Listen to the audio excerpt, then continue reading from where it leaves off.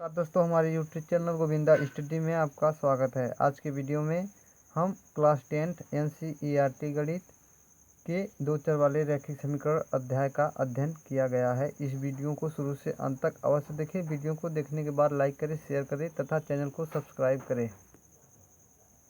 Question number 2। 2 kg सेब और 1 kg अंगूर का मूल्य किसी दिन 160 रुपये था। एक महीने बाद 4 kg सेब और 2 kg अंगूर का मूल्य 300 रुपया हो जाता है। इस स्थिति को बीजगणितीय तथा ज्यामितीय रूप में व्यक्त करना है।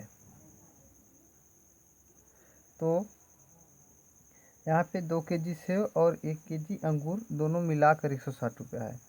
तो न तो हमको सेब की दाम मालूम है और न ही अंगूर की दाम मालूम है। तो सबसे पहला काम यह करेंगे, माना 1 kg सेब का मूल्य 1 kg सेब का मूल्य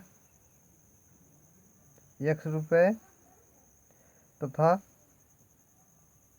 1 kg अंगूर y रुपये में है। तब प्रश्नानुसार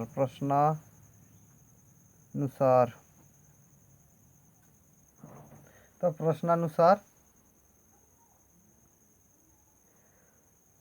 2 kg सेब, तो यहाँ पे 1 kg सेब का मूल्य x रुपया है। तो 2 kg सेब 2x प्लस 1 kg अंगूर, यहाँ पे 1 kg अंगूर है तो 1 kg y, दोनों मिलाकर कितना है 160 रुपया।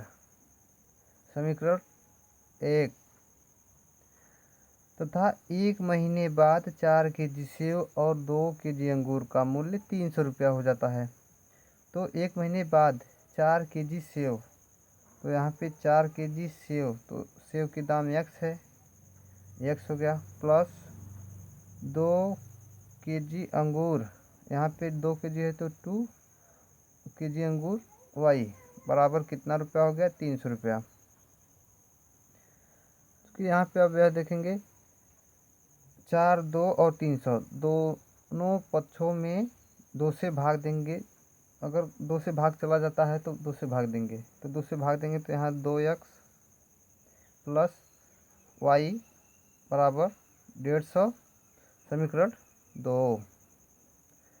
अब समीकरण 1 और समीकरण 2 यही बीजगणितीय रूप है।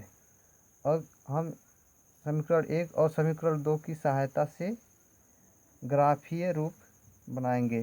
तो ग्राफीय रूप, हेडिंग ग्राफीय रूप। तो समीकरण 1 कौन है? समीकरण 1 2x प्लस y बराबर 160। तो इसमें या तो x या तो y का मान ज्ञात कर लेंगे। तो मान लो हम यहाँ x का मान ज्ञात करें तो x बराबर y का मान, तो y बराबर 160 यही रहेगा और 2x इस साइड जाएगा तो -2x होगा। अब इसके लिए एक बॉक्स बनाएंगे, एक बॉक्स। अब इस बॉक्स में यहाँ x यहाँ y। अब समीकरण 2 के लिए भी, तो समीकरण 2 x प्लस y बराबर 150, यहाँ समीकरण 2 लिख दो, समीकरण 2, और यहाँ समीकरण 1 से।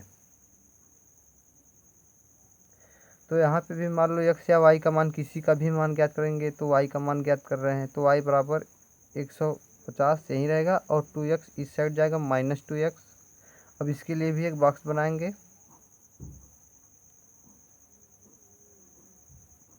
यहाँ x यहाँ y। अब इसमें x का मान रखेंगे तो y का मान मिलेगा, तो इस वाले में रखेंगे। इसमें भी x का मान रखेंगे तो y का मान मिलेगा, इसमें रखेंगे। समीकरण 1 के लिए यह बॉक्स, समीकरण 2 के लिए यह बॉक्स। अब देखें इस वाले समीकरण में y बराबर 160 - 2x, इसमें x का मान रखेंगे तो y का मान प्राप्त होगा। तो x का मान ऐसा रखेंगे जो 160 के आसपास आए। तो मान लो यहाँ x का मान यदि हम 80 रखेंगे, x का मान 80, तो y बराबर 160 माइनस 2 गुणे x का मान कितना है 80, तो y बराबर 160 माइनस 80 दूना 160, तो y बराबर 160 माइनस 160 जीरो, तो x बराबर 80 रखने पर y का मान 0। तो इसी प्रकार इसमें अगर x बराबर 150 माइनस 2x, तो इसमें भी x बराबर 80 रखने पर, तो y बराबर 150 माइनस 2 गुणे x का मान 80 रखने पर, तो y बराबर 150 माइनस 8 दूनी 16 160, और y बराबर 150 माइनस 160, तो कितना आएगा 150 माइनस 160 माइनस 10, तो y बराबर माइनस 10, यहाँ पे माइनस 10।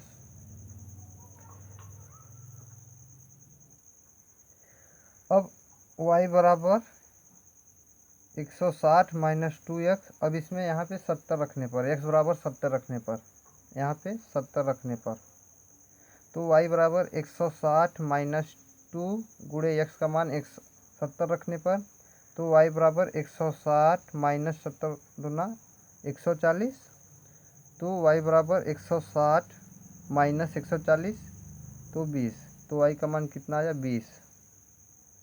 इसी प्रकार इस वाले समीकरण में y बराबर 150 माइनस 2x में x का मान 70 रखने पर, x का मान 70 रखने पर, तो y बराबर 150 माइनस 2 गुणे x का मान 70, तो y बराबर 150 माइनस 7 दूनी 14 140, तो y बराबर 150 माइनस 140 10, तो y का मान यहाँ पे आ गया 10। इसी प्रकार यहाँ पे x का मान 60 रखेंगे, x का मान 60 रखेंगे, तो इसी वाले समीकरण में तो हल करने पर y का मान 40 आएगा, और इसमें 60 रखने पर, x का मान 60 रखने पर y का मान 30 आएगा। हल करके देख लेना। अब समीकरण 1 के बॉक्स समीकरण 2 के बॉक्स में भरे गए अंक को इस ग्राफ पे अंकित करके ग्राफ बनाएंगे। तो यह देखेंगे कि x वाले अक्ष पे अधिकतम कितने बड़ा अंक है, तो 80, तो x वाले अक्ष पे 80 तक हम रेखा पर प्रदर्शित करेंगे, और y अक्ष में कम से कम 40, तो y अक्ष पे भी 80 हमने मान लिया, 40 कम से कम 40 यहाँ तक, और माइनस 10 तक है, तो माइनस 10 से अधिक। अब देखिए ग्राफ खींचेंगे, क्योंकि क्या है यहाँ पे x का मान कितना है 80, तो x का मान यहाँ 80 और y का मान 0, x का मान 80 और y का मान 0 यहाँ, तो इसके सामने वाला यहीं पे रेखा होगा बिंदु, और x बराबर 70 कहाँ है यहाँ, और y बराबर 20, x बराबर 70 y बराबर 20, यहाँ y के सामने 20 और x से 70 यहाँ पे, यह बिंदु यहाँ पे प्राप्त हुई। और तीसरा x बराबर 60 y बराबर 40, तो x बराबर 60 यहाँ और 40 कहाँ पे, y बराबर यहाँ, तो 60 और 40 यहाँ। अब इस रेखा को देंगे मिलाएं, इस रेखा को अब मिलाएंगे, तो इस समीकरण के लिए यह रेखा हो गई।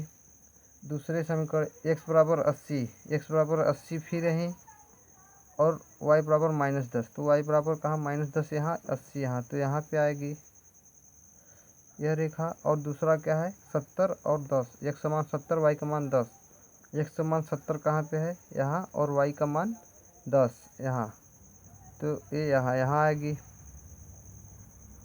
अब तीसरा x बराबर 60 y बराबर 30, x बराबर 60 y बराबर 30, तो यहाँ 30 यहाँ 60 यहाँ, तो ये इस